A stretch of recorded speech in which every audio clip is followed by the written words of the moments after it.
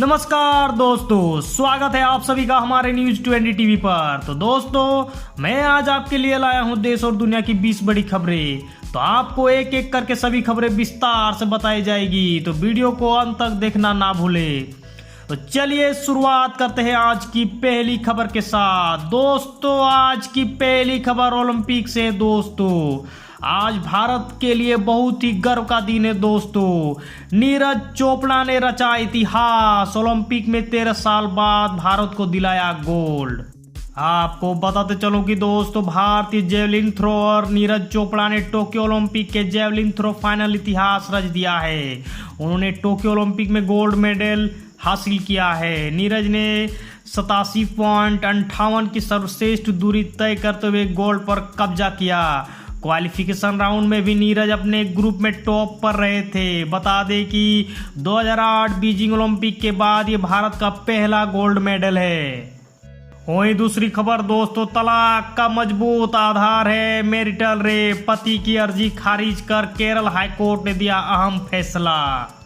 वहीं कोटा में बाढ़ से हालात बेकाबू, सरकार ने सेना बुलाई।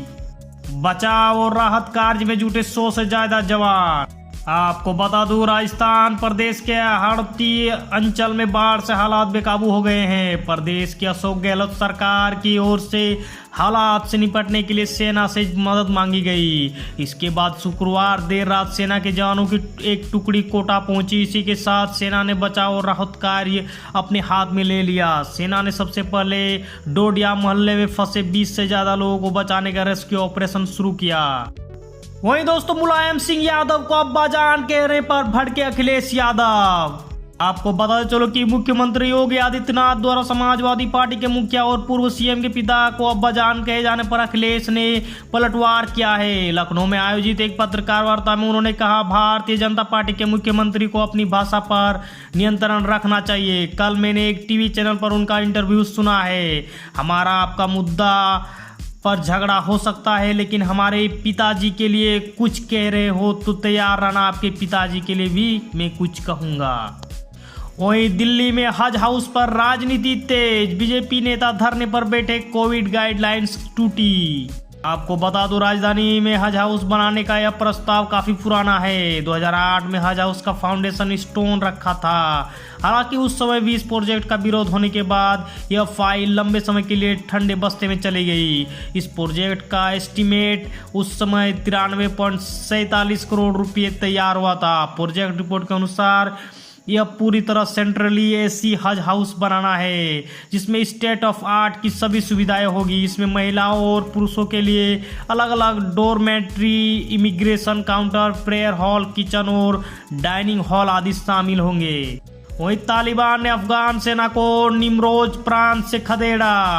आपको बताते चलो कि अफगानिस्तान में लगातार मजबूत हो रहे तालिबान के हाथ बड़ी सफलता लगी है। तालिबान लड़ाकों ने शुक्रवार को दक्षिणी निमरोज प्रांत की राजधानी जरांज पर कब्जा जमा लिया है। वहीं काबुल में तालिबान के हमलावरों ने अफगान सरकार के वरिष्ठ प्रवक्ता की गोली मारकर हत्या कर दी। वहीं कुछ स्टूडेंट का संगठन बन गया अफगानिस्तान से अमेरिका तक के लिए सिरदर्द। आपको बता दूं कि अरबी भाषा का एक शब्द है तालिब, इसका अर्थ है छात्र, और तालिबान माने छात्रों का ग्रुप। 1989 में सोवियत सैनिकों की अफगानिस्तान से वापसी हुई तो इस ग्रुप के लोग जमा होना शुरू हुए। इसमें से कई लोग सोवियत काल में सोवियत के खिलाफ लड़ चुके थे। ये लोग अफगानिस्तान में सोवियत के कब्जे का विरोध कर रहे थे। वहीं तालिबान की ओर से हिंसा तेज होने पर अमेरिका ने अपने नागरिकों से अफगानिस्तान छोड़ने को कहा। आपको बताते चलो कि अमेरिका ने जैसे ही अपने सैनिकों को वापस बुलाना शुरू किया है और अगस्त के अंत तक पूरी सेना को वापस बुलाने की बात कही है, तब से तालिबान का अफगानिस्तान में एक बार फिर उदय हो रहा है और लगातार संघर्ष की स्थिति बनी हुई है। अफगानिस्तान के काफी क्षेत्र पर तालिबान अपना कब्जा कर चुका है और अफगानिस्तान लगातार तालिबान को खदेड़ के प्रयास कर रहा है। वहीं तालिबानी आतंक के खौफ से भारत भाग आए अफगानी शरणार्थियों की दर्द भरी दास्तां। आपको बता दूं कि अफगानिस्तान में तालिबान के कहर से परेशान लोग दुनिया के अलग अलग देशों में सिर छुपाने को मजबूर है। शरणार्थियों के हालात ये साफ बयां करते हैं कि ये क्यों कट्टरता इंसानियत की सबसे बड़ी दुश्मन है। शरणार्थी अपनी आप बीती बताते रो पड़ते हैं कि कैसे तालिबान ने उनके अपनों की उनकी आंखों के सामने गोली से छलनी कर दिया। वो अफगानिस्तान में लड़कियों विधवाओं पर सितम। आपको बता दो अफगानिस्तान में तालिबान लगातार हमले कर रहा है। अफगान सेना ने तालिबान को कई जगहों से पीछे धकेला है, लेकिन तालिबान कई जिलों पर कब्जा कर चुका है। इस पूरी लड़ाई में पाकिस्तान दो तरफा खेल रहा है। पाकिस्तान सुन्नी पश्तून इस्लामी कट्टरपंथी ग्रुप का समर्थन कर रहा है। अमेरिका सहित पश्चिमी देशों के पास पाकिस्तान समर्थित कट्टरपंथी ताकतों से निपटने की कोई निश्चित योजना नहीं दिख रही।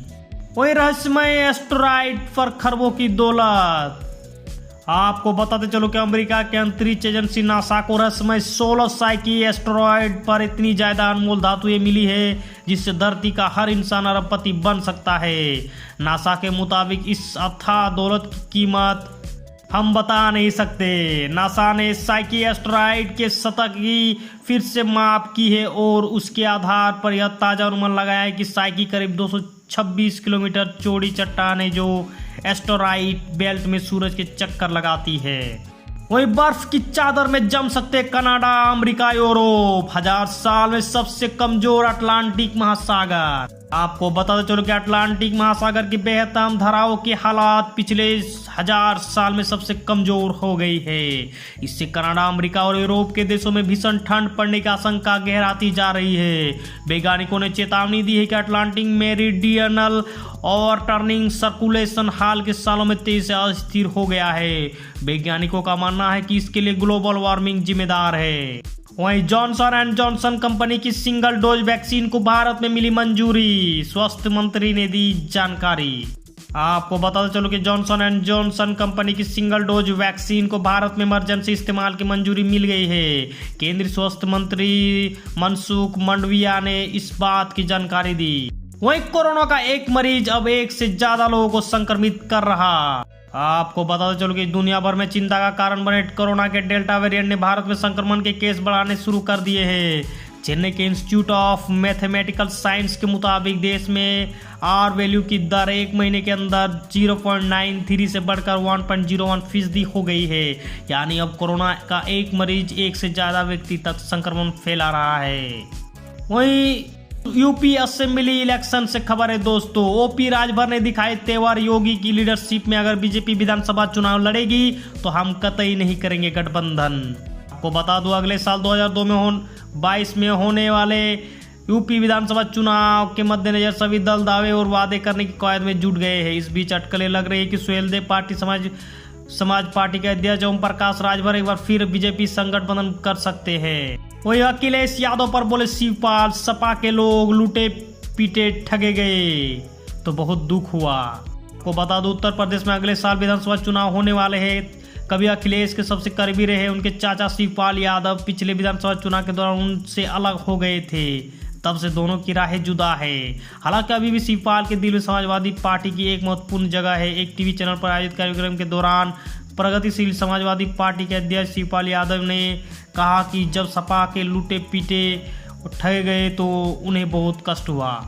वही एमपी के 6 जिलों में 10,000 परिवार बेघर। राजस्थान के कोटा संभाग में 20 नदियां उफान पर। यूपी में 3,000 घरों के डूबने की खतरा। आपको बता दो मध्य प्रदेश, राजस्थान और उत्तर प्रदेश समेत देश के कई राज्यों भारी बारिश और बाढ़ से बेहाल है। मध्य प्रदेश के 6 जिलों में 10,000 परिवार बेघर हो गए। वहीं राजस्थान में कोटा संभाग के प्रमुख 25 नदियों में से 20 उफान पर है। उधर उत्तर प्रदेश में भी स्थिति बिगड़ रही है। प्रयागराज में ही 3,000 घरों के डूबने का खतरा बना हुआ है। वहीं अफगानिस्तान पर यूएनएससी की मीटिंग में भारत ने नहीं बुलाया तो भड़का पाक, समझाने लगा नियम कानून। आपको बता दो अफगानिस्तान के बिगड़ते हालात पर आयोजित संयुक्त राष्ट्र सुरक्षा परिषद की बैठक में नहीं बुलाने पर पाकिस्तान ने भारत के ऊपर जमकर खींच निकाली है। दरअसल भारत इस समय दुनिया के सबसे शक्तिशाली निकाय यूएनएससी की अध्यक्षता कर रहा है। इसी में भारत की सहमति के बिना यूएनएससी के मीटिंग में सदस्य देशों के अलावा कोई भी अन्य देश शामिल नहीं हो सकता है।